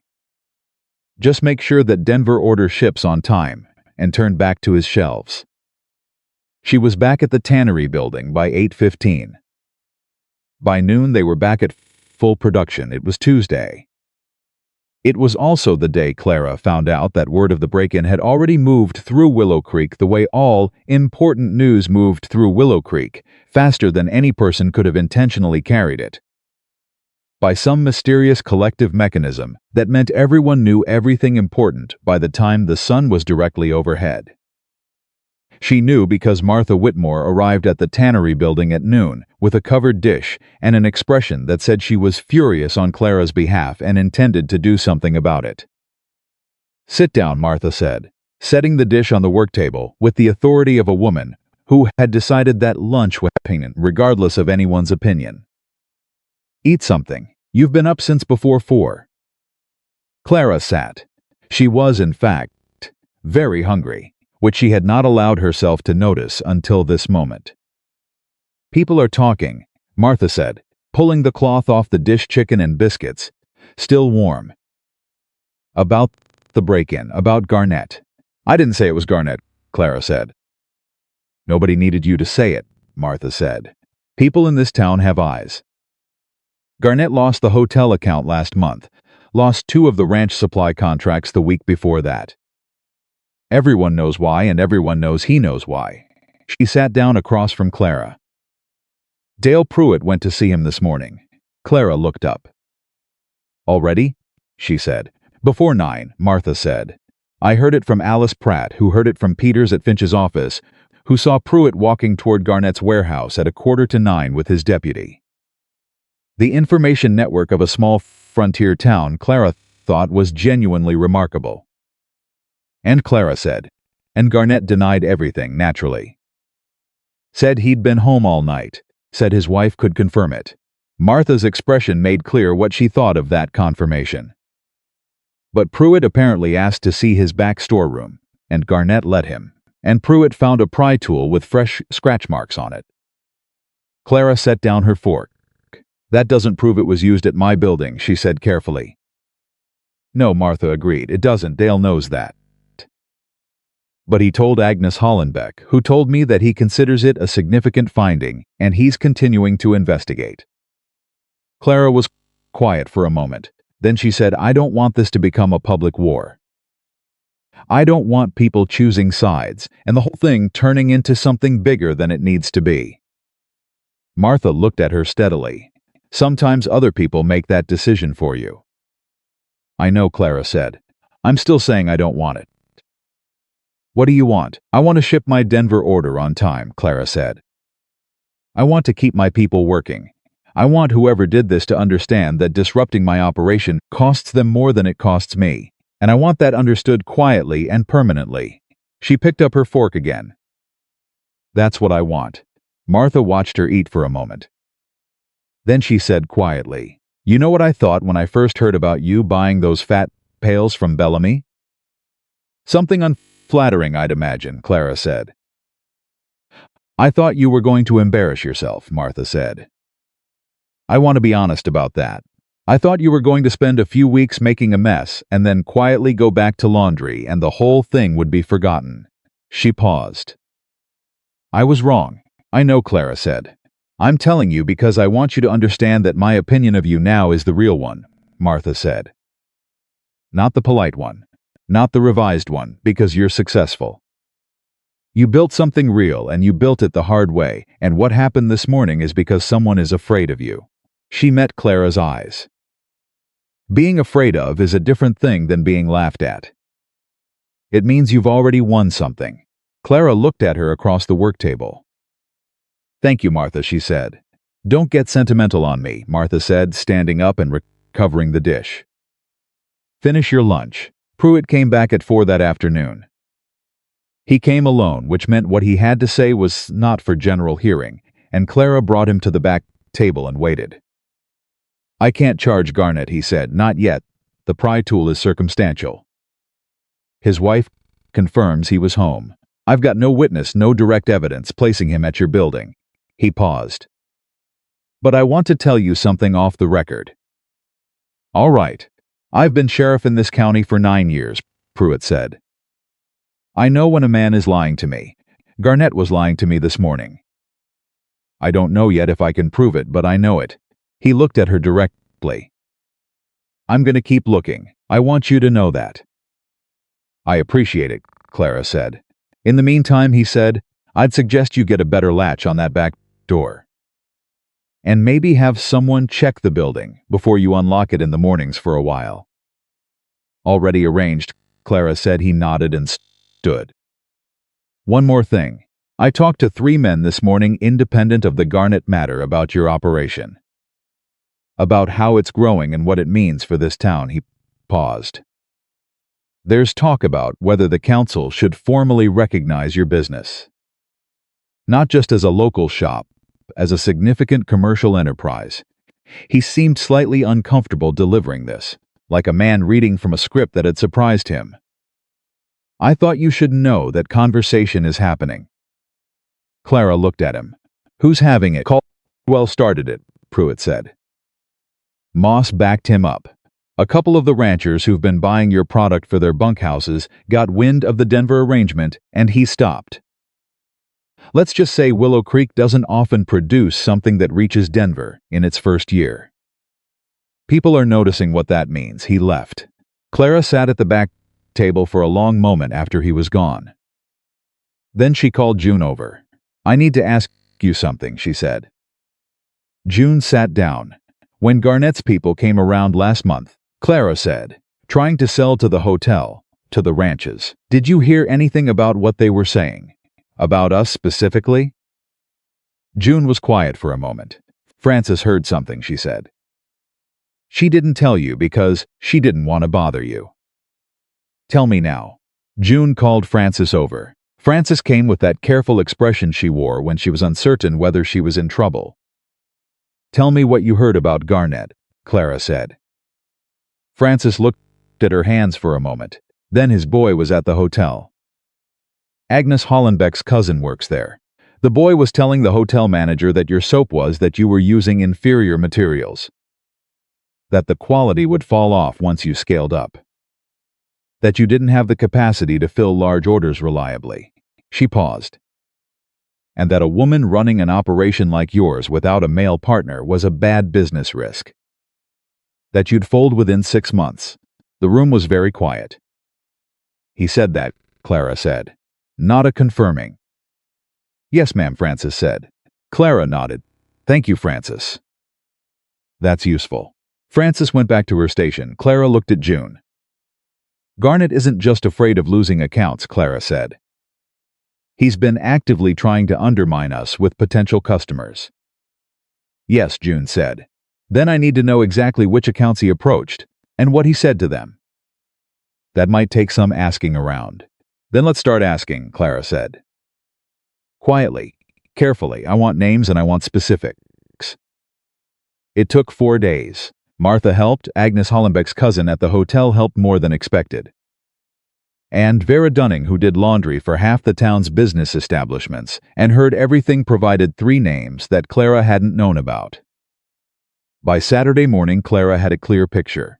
Garnet had approached 7 potential accounts in the past 6 weeks, telling each of them variations of the same story: that Clara's operation was unstable, that her product quality was unreliable, that dealing with a woman-run business without male oversight was a risk no serious commercial enterprise should take. 2 of the 7 had chosen not to approach Clara as a result. She sat with that number. 2 accounts she hadn't gotten because Peter Garnet had poisoned the well before she could reach it. She wrote both names in her notebook. She wrote down everything she'd been told about what Garnet had said to each of them. Then she made a decision. She would not go to those 2 accounts to complain about Garnet. She would not go to defend herself or explain or ask them to reconsider. She would go to them the same way. She'd gone to every count she had with her product and her numbers and her terms, and she would let the work speak for what the work was. She went Monday morning. The first was the Willow Creek Hotel, which was the largest establishment in town, and which she'd always known would be a significant account if she could land it. The manager was a man named Aldous Crane, mid-50s, originally from Chicago, had been running the hotel for 3 years, and had no patience for anything that wasted his time. He was behind the front desk when Clara came in. "Mr. Crane," she said. "Clara Holloway, I'd like 10 minutes of your time." He looked at her with the expression of a man who had been told something about her and was now measuring that something against the reality standing in front of him. "Miss Holloway," he said, "I've heard your name recently." "I expect you have," she said. "I'd like you to hear it from me." He considered that for a moment. Then he lifted the desk panel and gestured her through to the office behind. She gave him 10 minutes exactly. She brought 2 bars of each variety, the plain, the lavender, the oatmeal, and she brought her production record for the past 8 weeks, which showed consistent output, no missed deliveries to any account, and steadily increasing volume. She brought the signed letter of intent from George Alderman's distribution company in Denver. She did not mention Garnett. She did not need to. Aldous Crane was a man who had run a hotel for 3 years, which meant he was a man who knew the difference between a business that was real and a business that was not, and what Clara laid on his desk was real in every particular. He picked up the Denver letter and read it carefully. "A Denver distributor," he said. "Signed 6 weeks ago," Clara said. "And you filled your first phase volume. On schedule, yes." He set the letter down. He picked up the lavender bar, turned it over, smelled it. Set it back down. "My current cleaning supply contract with Garnett runs through the end of December," he said. "I'm not asking you to break a contract," Clara said. "I'm asking you to consider where you want to be in January." He looked at her. "I'll have my decision to you by the end of next week," he said. "That's fine," Clara said. She stood, extended her hand, and he shook it. "Thank you for your time, Mr. Crane." The second account was a ranch supply operation 15 miles outside town, the Meridian Ranch, which supplied cleaning products to 6 smaller operations in the area and had enough combined volume to matter significantly. The owner was a woman, which Clara had not known until she rode out there and found herself sitting across from a lean, weathered woman of about 60 named Harriet Collier, who ran the ranch with her son and had opinions about everything. Harriet did not waste time. "You're the soap woman," she said when Clara introduced herself. "Yes, ma'am. Garnett's boy was out here last month. Said you'd fit in 6 months. I have a signed distribution agreement with a Denver wholesaler," Clara said. "I've filled every order on time for every account I have. I have a production facility, 3 employees, and a 6-month growth plan that's ahead of schedule." She paused. "Does that sound like a business that's going to fold?" Harriet looked at her for a long moment, the kind of looking that older women do when they've spent enough decades watching the world to have developed an accurate calibration for the difference between bluster and substance. "No," she said. "It doesn't." "Then I'd like to discuss terms," Clara said. She rode back to Willow Creek with the Meridian Ranch account and an order for the following week. She came through the main street at dusk, and the town was doing what it always did at that hour, settling into evening, the stores closing, people moving between buildings, the particular rhythm of a place that knew what it was and how it worked. Except it was starting to work slightly differently than it had before. She could feel it, not dramatically, not in any single thing she could point to, but in the accumulation of small things. The way Caldwell's customers asked for her soap by name at his counter. The way Thomas Bellamy had begun saving her the larger fat pails without being asked. The way Pruitt nodded to her from across the street with the nod he gave to people whose business he took seriously. She tied her horse outside the tannery building and went in to check the day's production figures. June had left a note on the table. Day total 67 bars. Denver Phase 2 on track. Cranberry received a letter C envelope on your chair. Clara looked at the envelope on her chair. It was from George Alderman's office in Denver. She opened it. It was not a problem. It was the opposite of a problem. Alderman wrote that two of his retailers, one in Colorado Springs, one in Pueblo, had reported customer demand for her soap significantly exceeding their initial stock. He was requesting an increase to the Phase 2 volume, effective immediately, and wanted to know if she could accommodate it. He wanted 40% more than the agreed volume. 40%. Clara sat down in her chair. She did the arithmetic. The production capacity, the staffing, the supply chain. The timeline. It was possible. Not comfortable, it would require another hire, possibly two, and she'd need to talk to Bellamy about increasing supply again, and the curing space was going to be the tightest constraint, but it was possible. She wrote back that evening, confirmed. Phase 2 volume increase accepted. First adjusted shipment in 3 weeks. Then she, in the notebook, two more women. Talk to June tomorrow about candidates. She closed the notebook. She sat in the empty building for a moment with the lamp burning low and thought about Peter Garnett in his warehouse on the north side of town, who had broken into her building and watered her lie and sent his boy out to poison her accounts, and whose plan had accomplished nothing except making her move faster and look more carefully at the places she hadn't yet reached. She almost felt sorry for him. Almost. The next morning, Pruitt came to her building at 7 with his deputy and a piece of paper. I found my witness, he said. Clara looked at him. Who? Peters, Finch's clerk. Pruitt's voice was even. He was working late at the office 2 nights before your break-in. Said he saw Garnett's delivery man boy named Cullen coming out of the alley behind your building at around 10 at night. Thought nothing of it at the time. When I talked to him yesterday and described what happened, he remembered. Cullen, Clara said. I talked to Cullen this morning. He's 22 years old and he doesn't have much appetite for taking responsibility for something Garnett told him to do. Pruitt paused. He told me everything. The room was still.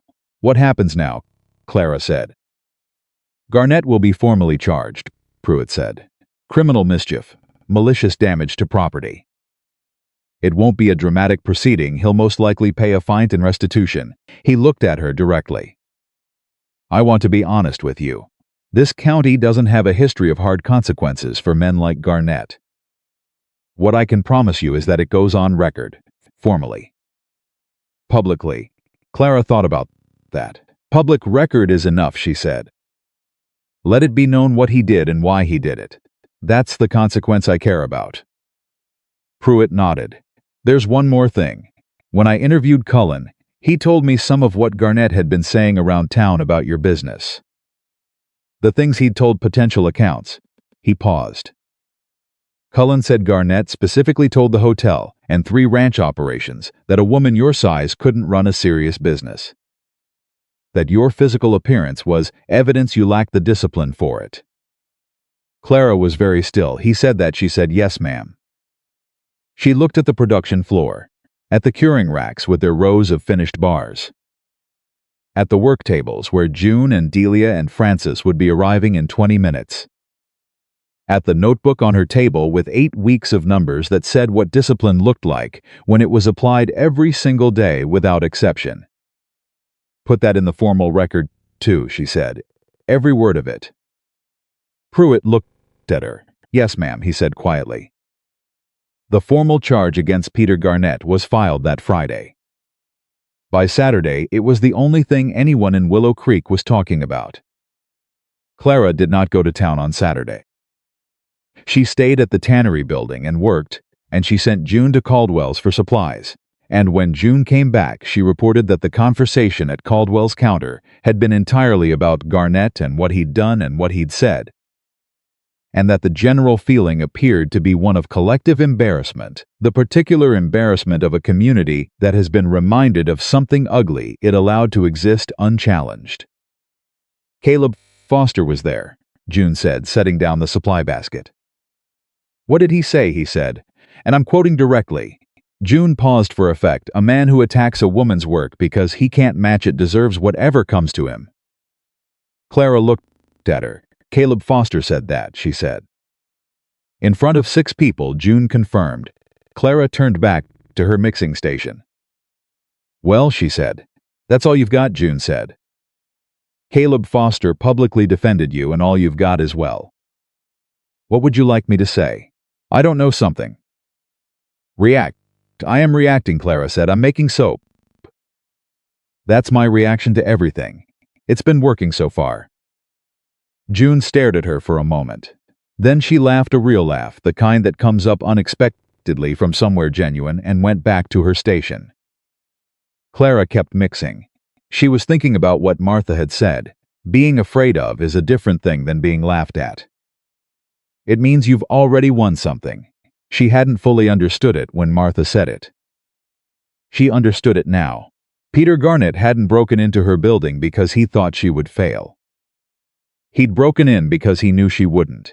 And that knowledge, that certainty on his part, expressed in the most desperate and destructive way available to him, was the clearest measure she had yet of how far she'd come from the woman who had pushed a handcart through Willow Creek with rancid fat. Pails and kept her face forward and her feet moving. She had come far enough that men with something to lose were afraid of her. She mixed the batch through to trace, poured it clean and even, smoothed the surface, covered it. 67 bars, same as yesterday. She wrote the number in her notebook. Then she picked up her pen and wrote below it, in her careful straight handwriting. Garnett charged. 2 new accounts secured. Denver Phase 2 confirmed at increased volume. Hire 2 additional workers Monday. She looked at the numbers. Then she looked at the first page of the notebook, the page from 8 weeks ago, the page that said first mistake discovered, and she looked at how far the entries had come from that first page to this one. She closed the notebook. She went home to sleep. Tomorrow there was more to do, and Clara Mae Holloway had never once in her life wasted a night worrying about things she could fix in the morning. The 2 new women started on Monday. Their names were Bess Hartley and Cordelia Drummond. Bess was 31, had spent 4 years working in a laundry house in Denver before her husband brought her out to Willow Creek and then died of pneumonia the following winter, leaving her with a small son and a very large problem. Cordelia was 44, had grown up on a farm, and had the kind of physical endurance that comes from a lifetime of work that never once waited for conditions to be convenient. June had found them both in 48 hours, which did not surprise Clara. June had turned out to be something Clara hadn't anticipated when she first knocked on that door with a job offer, not just a worker, not just a fast learner, but a genuine second in command. Someone who understood the operation well enough to make real decisions when Clara wasn't there, and who had the judgment to know which decisions those were. Clara had not said this to June directly. She said it in the way that mattered in the adjusted pay envelope at the end of November, which was 30% higher than their original agreement, with a note that said simply, "Your rate reflects your actual contribution." It should have been this from the start. June had read the note and said nothing for a moment. Then she'd folded it carefully and put it in her apron pocket and gone back to work. That was the whole of it, and it was enough, with 5 women working the production floor. The morning output increased to a number that Clara had to check twice because she still caught herself applying the mental limits of her old backyard setup to a situation that had outgrown them completely. They were producing consistently, shipping on time, and the Denver Phase 2 volume, the increased volume Alderman had requested, was not straining them the way she'd originally calculated it might. Which meant she needed to think further ahead than she had been. She was at her kitchen table on a Sunday evening with her notebook and her lamp when it occurred to her, with the quiet certainty of something that should have been obvious sooner, that she had been thinking about the wrong problem. She had been thinking about production capacity. She should have been thinking about what the product could become. She had 3 varieties: plain, lavender, oatmeal. They were good, they were honest, they sold consistently, and they held their quality, and she was proud of every bar that left her building. But she had been making the same 3 varieties since October, and it was now the first week of January. and the market she was supplying had grown from 11 individual customers in Willow Creek to 47 retail locations across 2 territories with a 3rd territory pending. Those customers were not all the same. A ranch bunkhouse supply account needed something different from what the Willow Creek Hotel needed. What Harriet Collier's Meridian Ranch operations required was not what the women on Martha Whitmore's street were choosing on their own. And what Agnes Hollenbeck's sister in Denver was apparently now specifically requesting she had sent a letter, an actual personal letter. Asking whether Clara made anything with a stronger scent for winter skin was not yet something Clara had on offer. She wrote for 3 hours. By the end she had sketched out 4 new varieties, the supply requirements for each, the price points, the target accounts.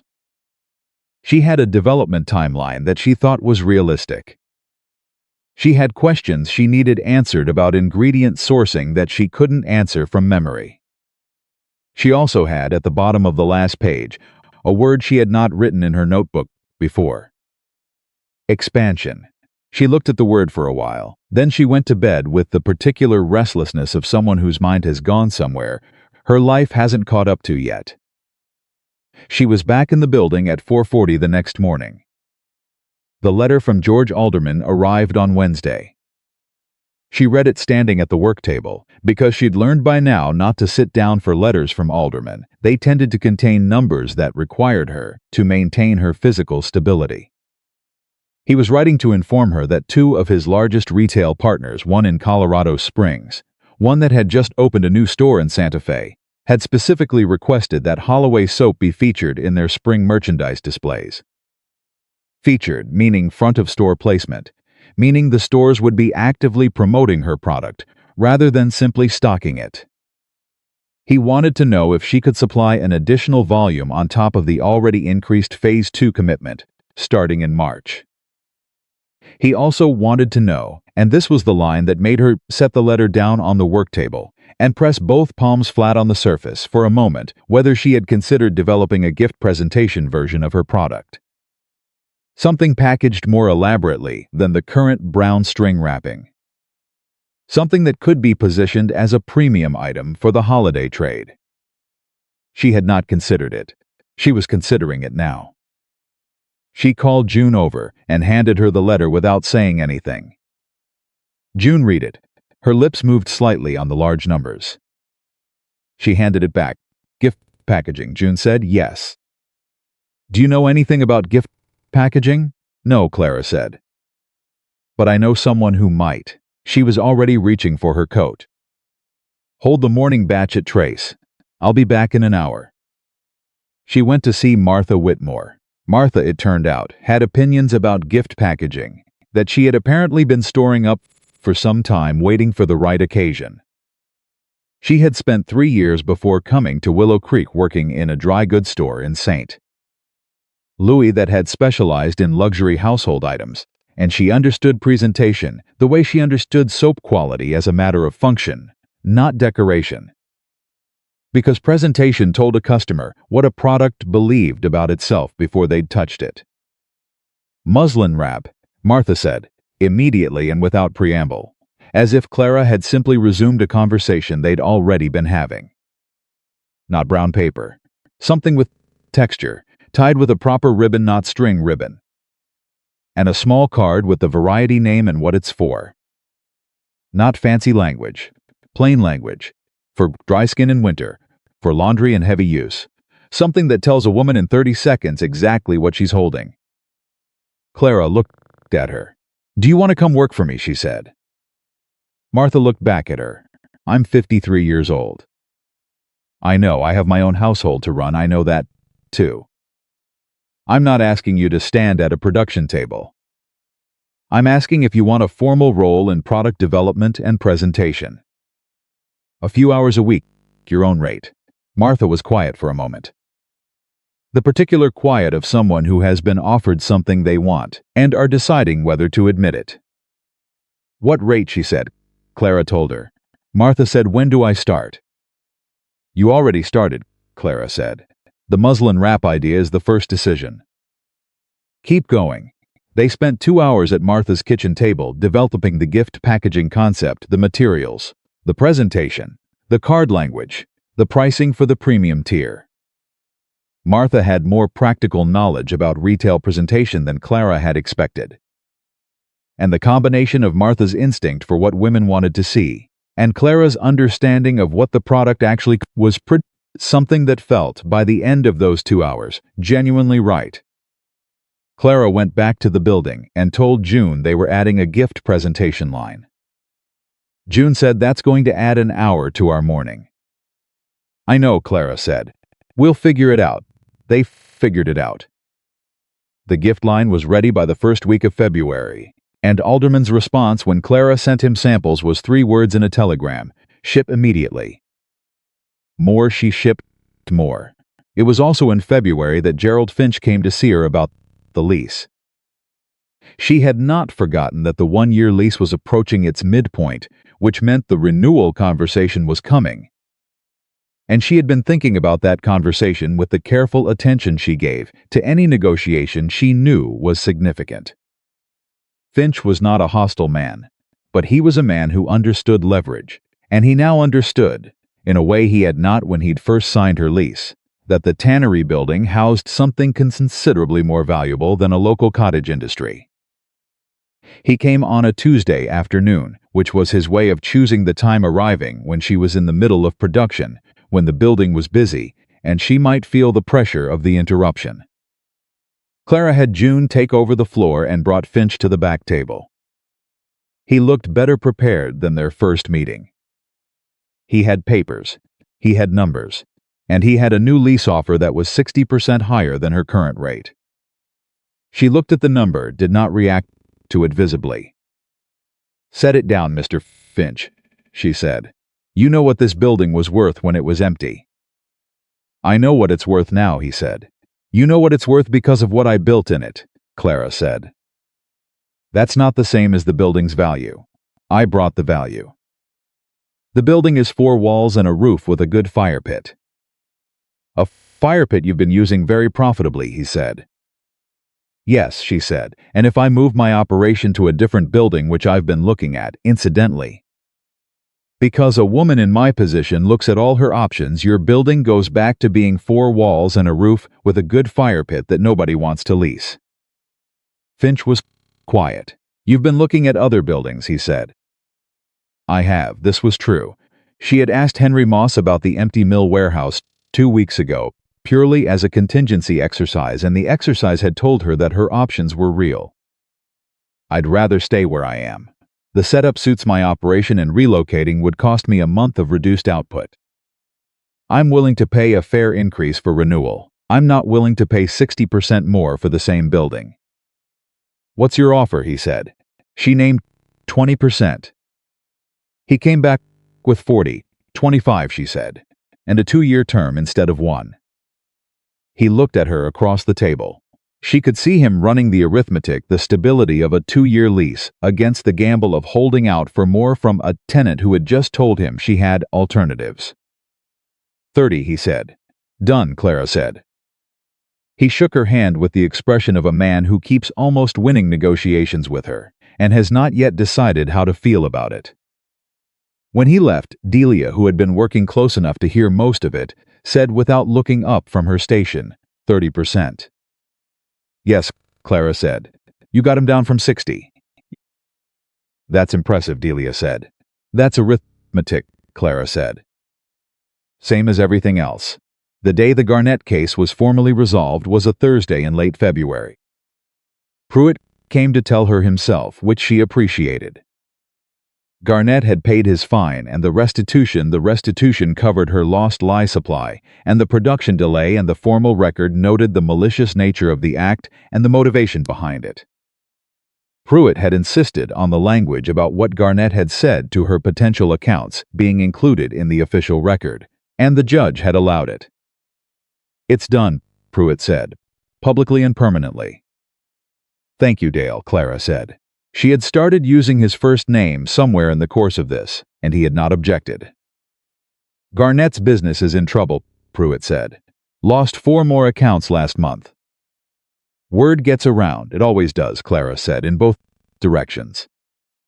He nodded. You've built something worth protecting, he said. I'm glad I could do my part. He left and Clara stood in the middle of her production floor and thought about Peter Garnett in his warehouse, losing accounts, and felt precisely nothing hostile. No satisfaction at his difficulty. No desire for anything more than what the formal record contained. The work was enough. The work had always been enough.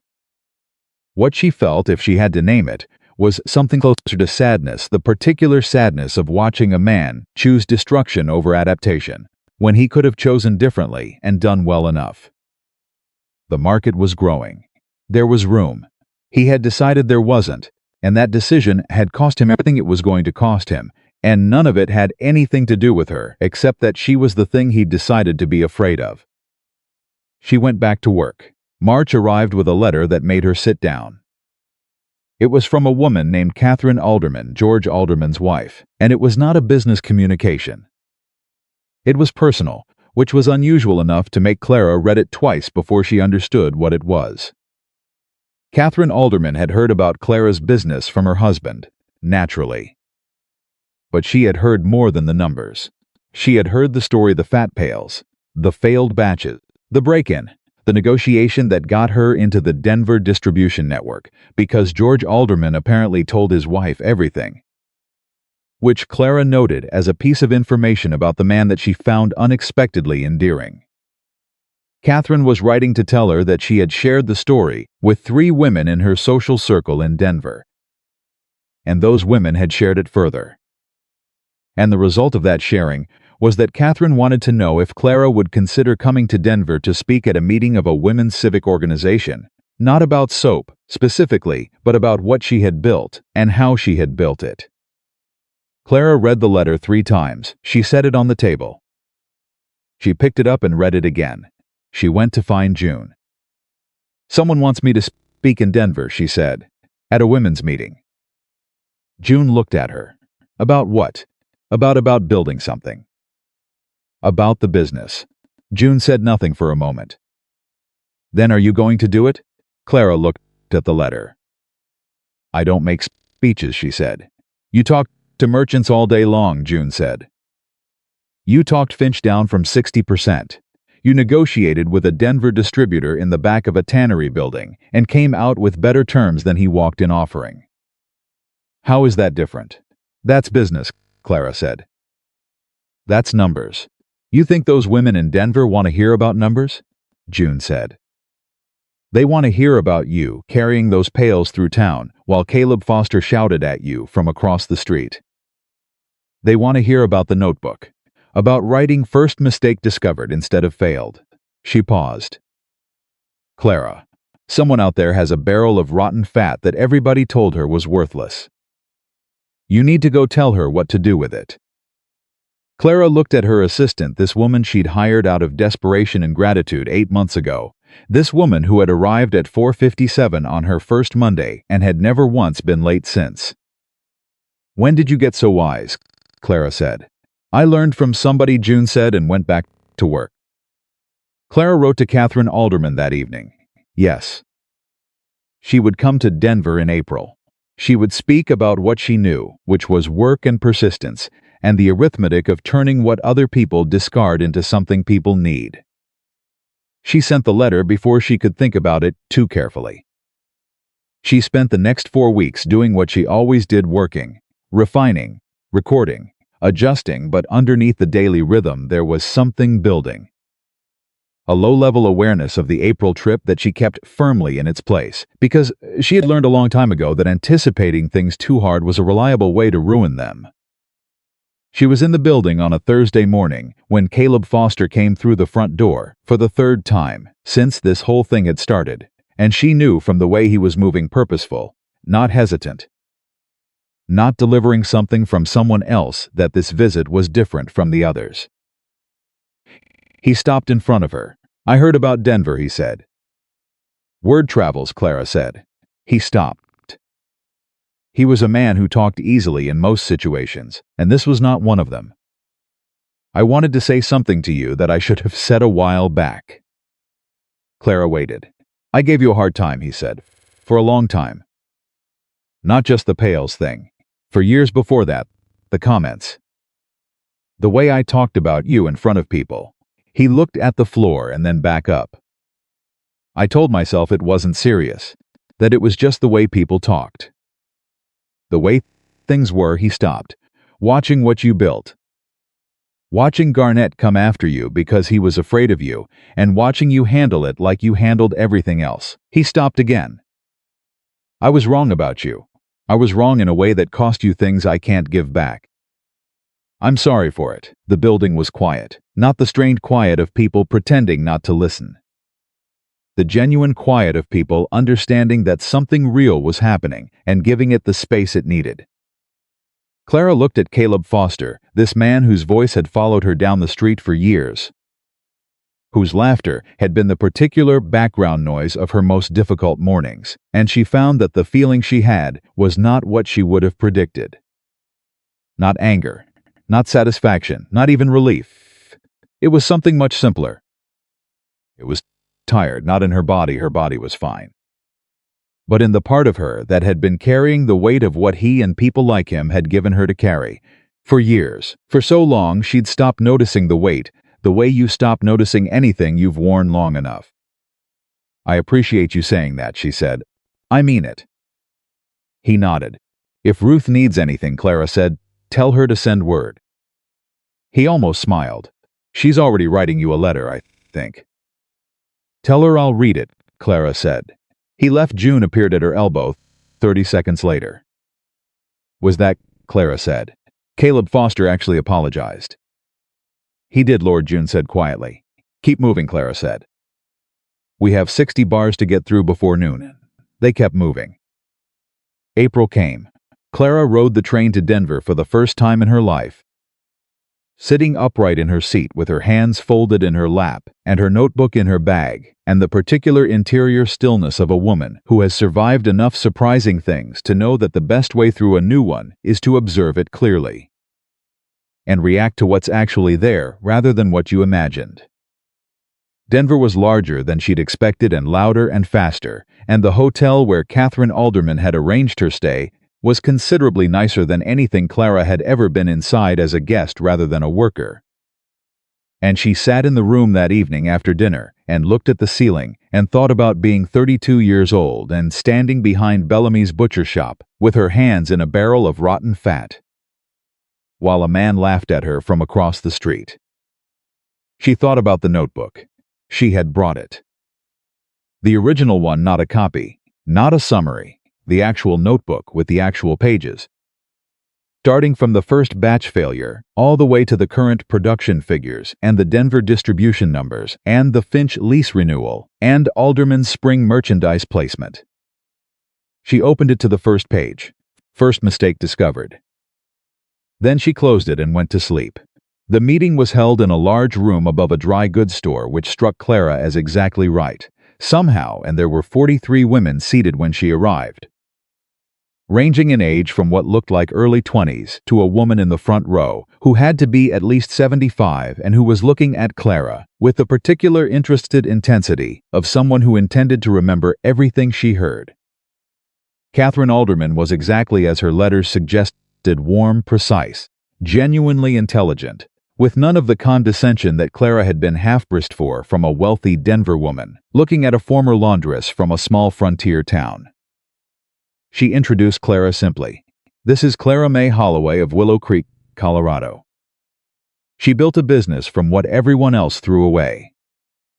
I'll let her tell you how. Clara stood up in front of 43 women and held her notebook in both hands and told them.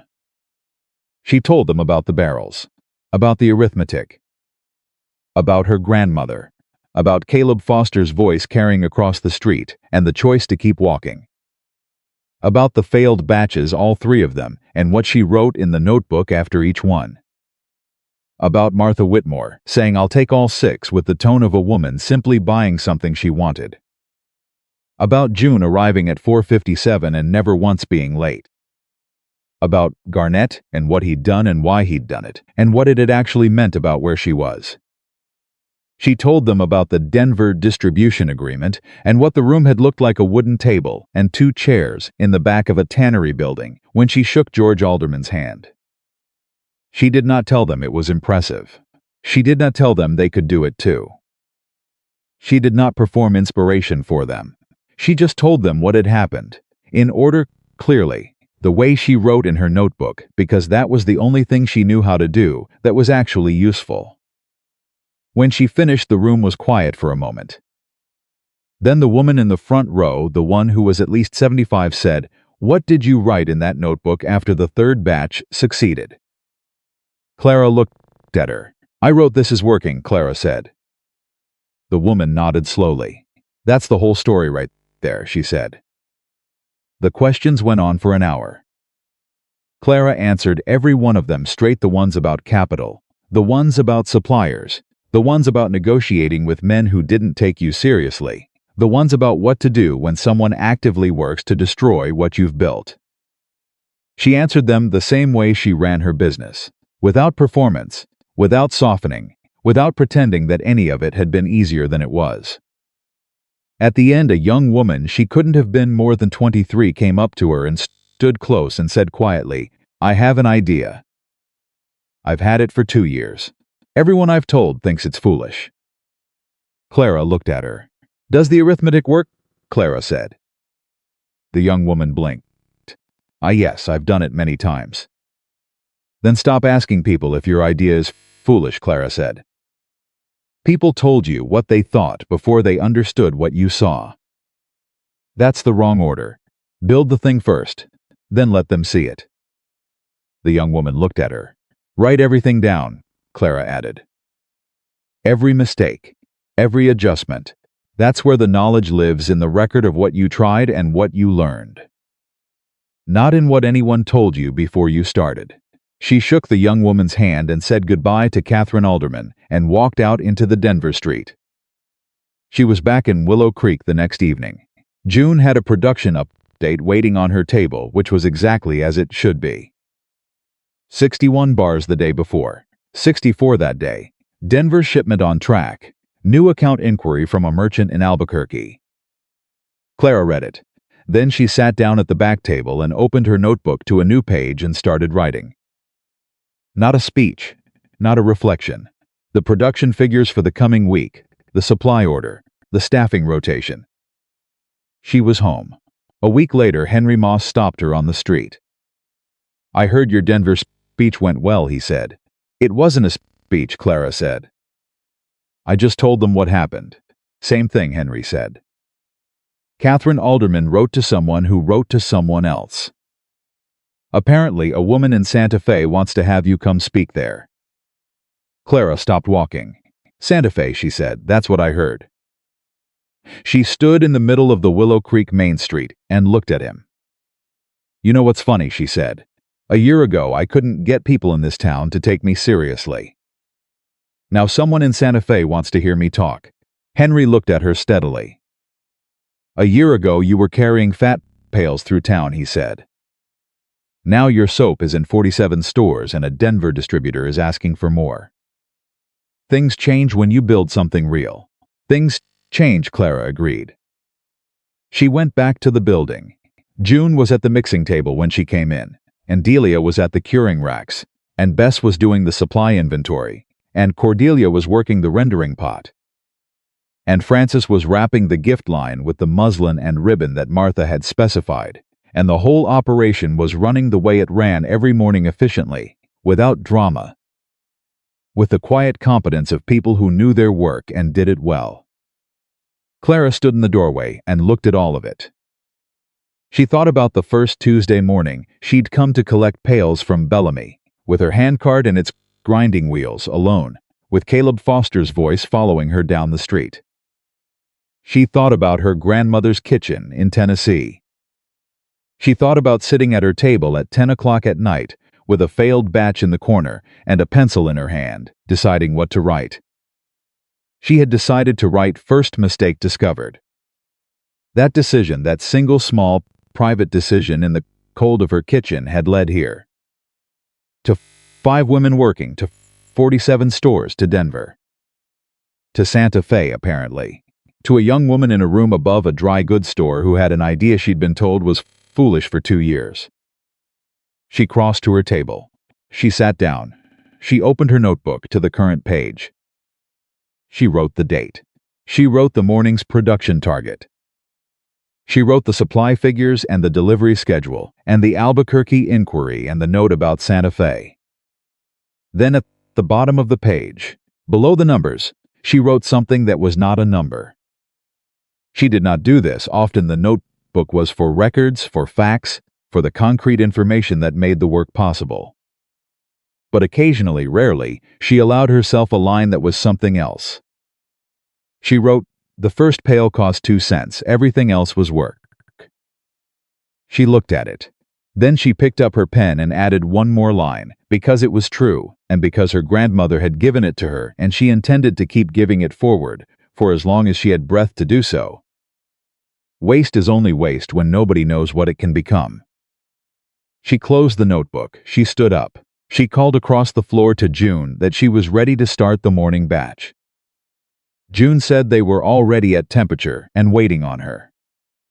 Clara rolled up her sleeves and went to the mixing table and began the work that she would do the next day, and that day after that, and every day after that, for as long as her hands and her mind held the plain, essential, deeply dignified work of a woman who had looked at what the world threw away and understood, before anyone else did, exactly what it was worth.